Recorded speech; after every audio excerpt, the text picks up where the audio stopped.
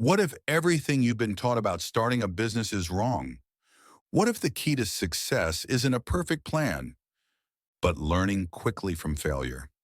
Hi, this is Peter, and welcome back to Books for Thoughts. This week, we're exploring how ideas become reality and how dreams don't just stay in notebooks, but take shape in the world. Today's reflection comes from The Lean Startup by Eric Ries, a book that reshaped the way people think about building, experimenting, and discovering what actually works. It isn't just for entrepreneurs. It's for anyone who's trying to create something new, a business, a project, or even a different way of living. Most startups don't fail because the founders are lazy or because the idea was completely useless.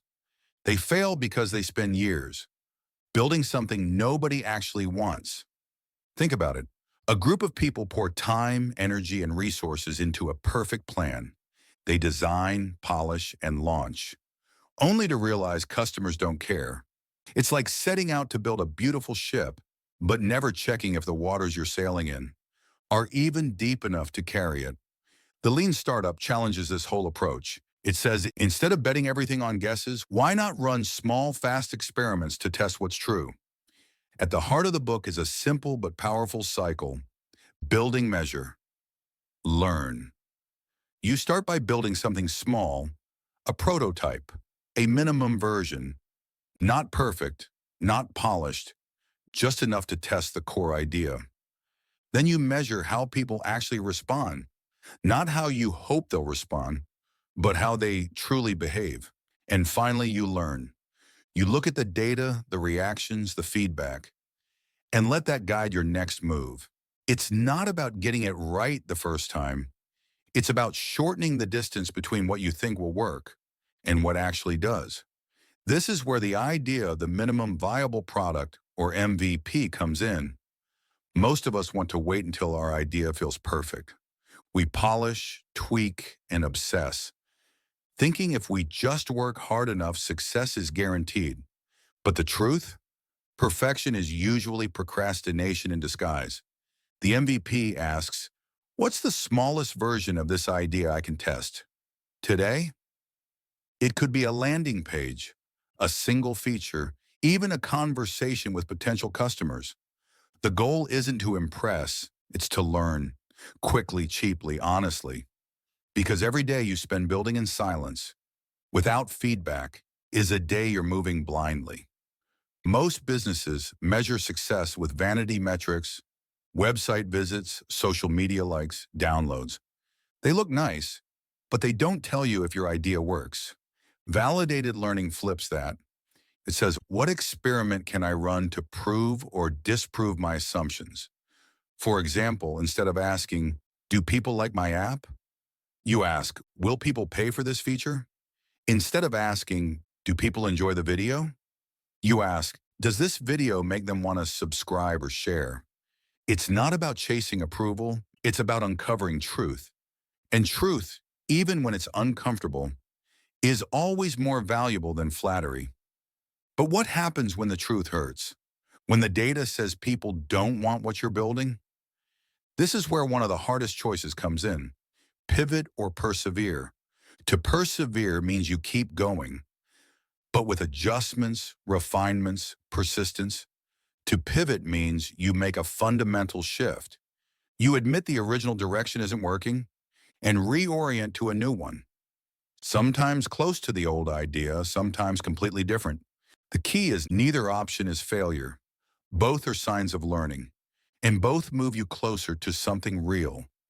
What makes the lean startup so enduring is that it's not just about tech companies or entrepreneurs.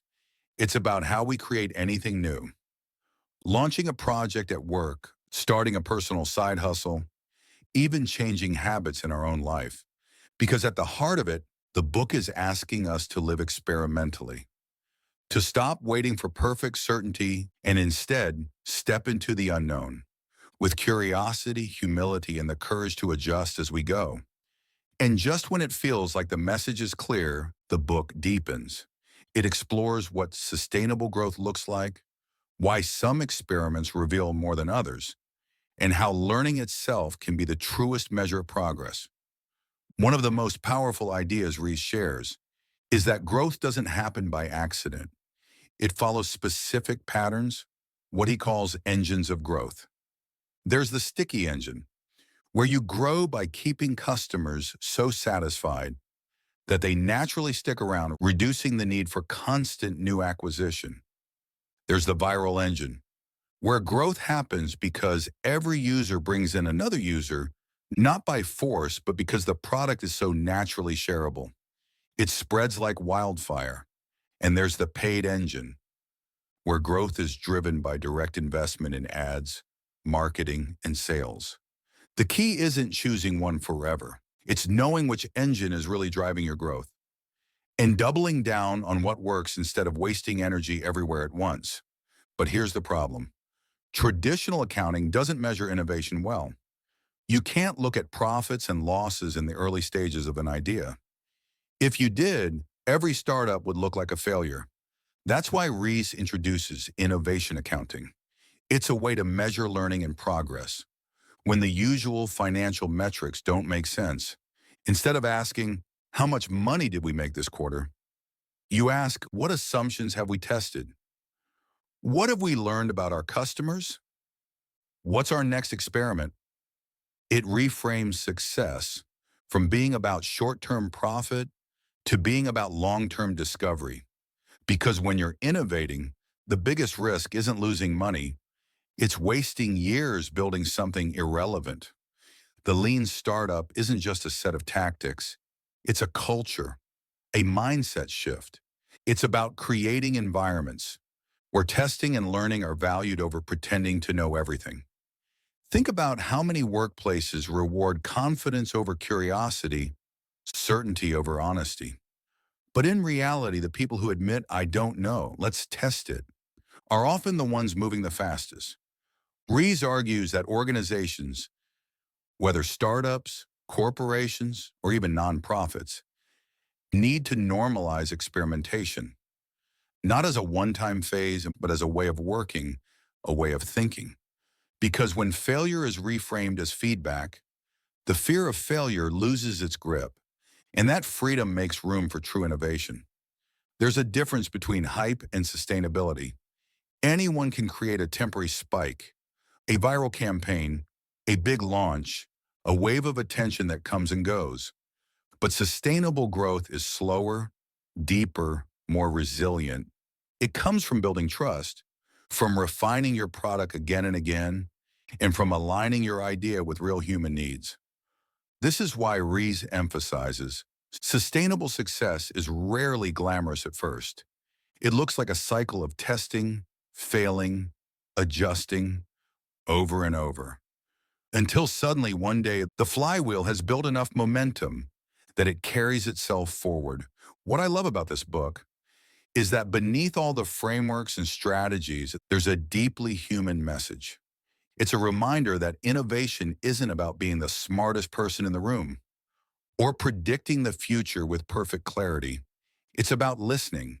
It's about humility. It's about admitting what you don't know, and being brave enough to find out. And maybe most importantly, it's about respecting people's time, your customers' time, your team's time, your own time. Because the real tragedy isn't failure. It's wasting years chasing illusions when you could have been building something that mattered. So what do we carry from the lean startup into our own lives? Maybe it's the courage to test an idea before we think it's ready. Maybe it's the reminder that learning is a form of progress, even when it doesn't look like success. Or maybe it's the deeper truth that every bold thing in life, every business, every project, every dream begins as an experiment. If this reflection sparks something in you, I encourage you to grab a copy of The Lean Startup by Eric Ries. Reading the book itself will give you more stories, more examples, and maybe even the push you need to test your own ideas today. And if you enjoy learning from powerful books like this, don't forget to like, comment, and subscribe to Books for Thoughts, where we share 10-minute breakdowns that help you think sharper, live better, and grow one idea at a time. Until next time, stay curious, stay brave, and remember, failure isn't the opposite of success. It's the path to it.